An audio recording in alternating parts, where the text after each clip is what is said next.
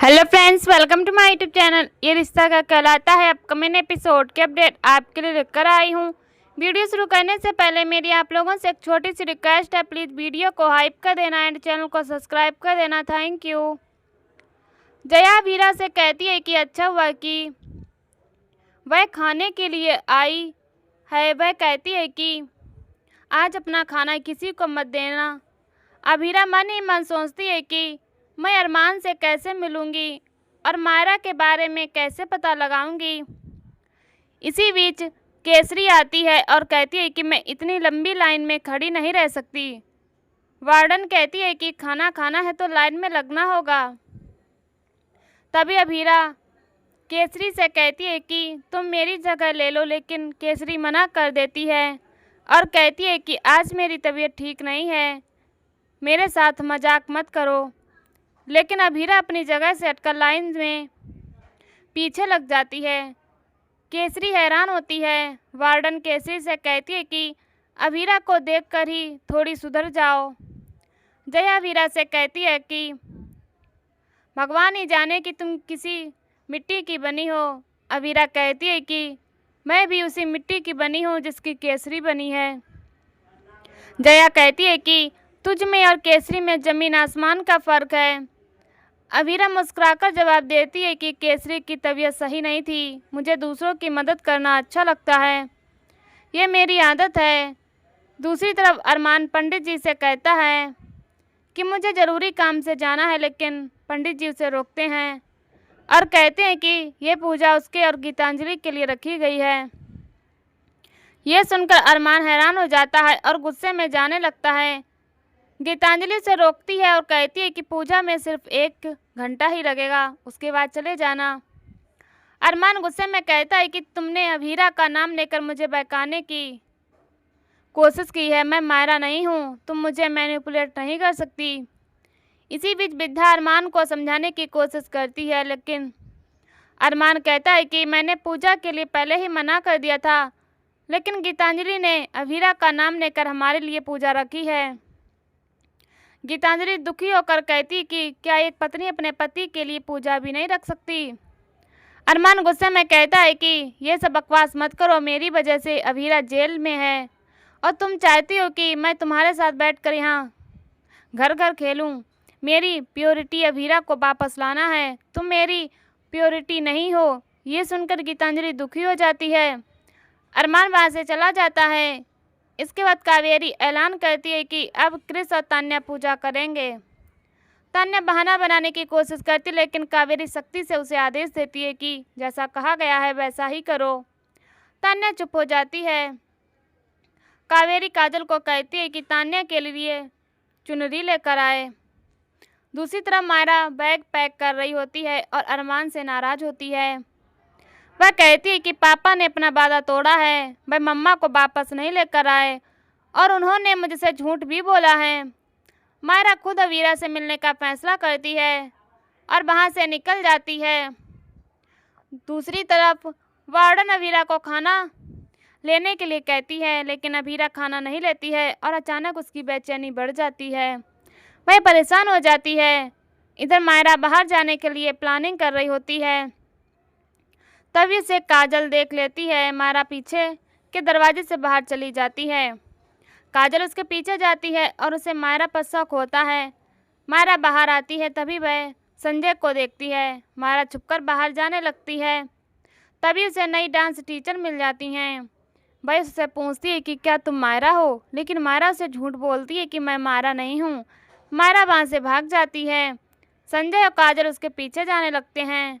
संजय काजल को गाड़ी में चलने के लिए कहता है।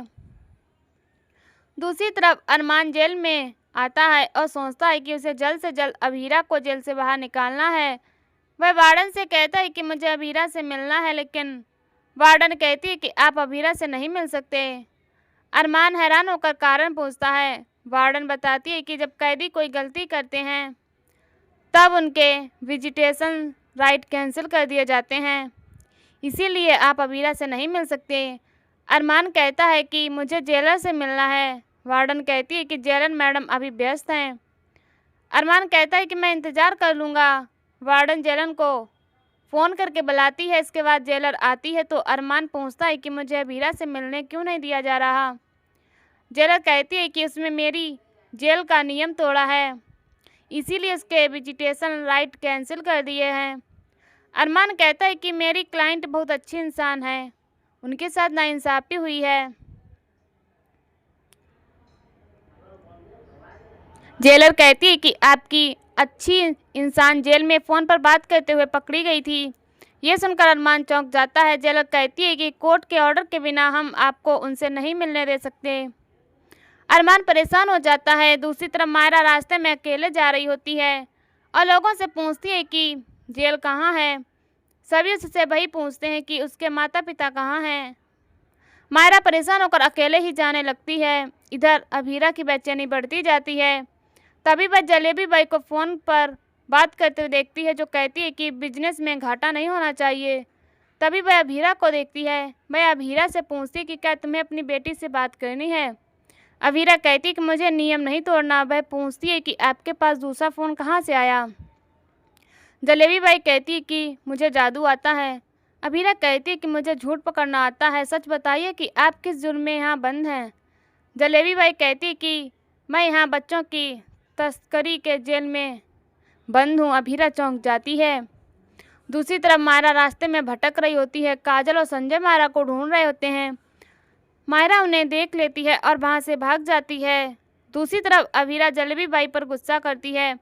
तभी जलेबी बाई अपना सच बताती है कि पति को परमेश्वर कहा जाता है, लेकिन मेरा पति राक्षस था।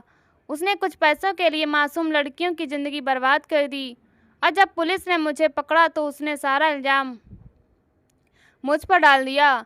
सबने मुझे जलेबी से जलेबी बाई बना दिया। तभी उसे अपने आदमी का मैसेज आता है कि उन्हें 5वां पार्सल मिल गया है। जलेबी बाई खुश होती है।